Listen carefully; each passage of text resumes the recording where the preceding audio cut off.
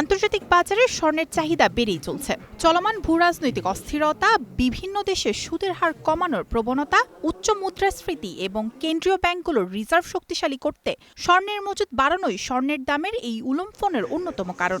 আর স্বর্ণে বিনিয়োগকে নিরাপদ মনে করায় বিনিয়োগকারীদের বড় একটি অংশ স্বর্ণের দিকেই ঝুঁকছেন। এসব মিলিয়ে আন্তর্জাতিক বাজারে প্রতিনিয়ত বাড়ছে স্বর্ণের দাম, এমনকি এই দাম এখন ইতিহাসের সর্বোচ্চ পর্যায়ে আছে।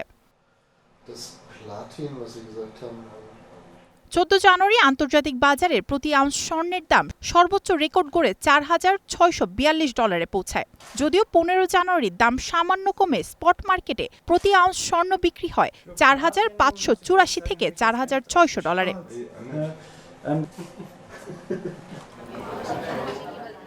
এক সপ্তাহ আগেও আন্তর্জাতিক বাজারে প্রতি আউন্স স্বর্ণের দাম ছিল $4,493। 7 দিনের ব্যবধানে স্বর্ণের দাম বেড়েছে $100 উপরে।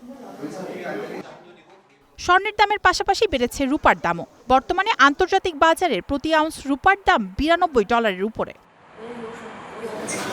আন্তর্জাতিক বাজারে ঊর্ধ্বমুখী প্রবণতার সরাসরি প্রভাব পড়ছে বাংলাদেশের স্বর্ণের বাজারেও।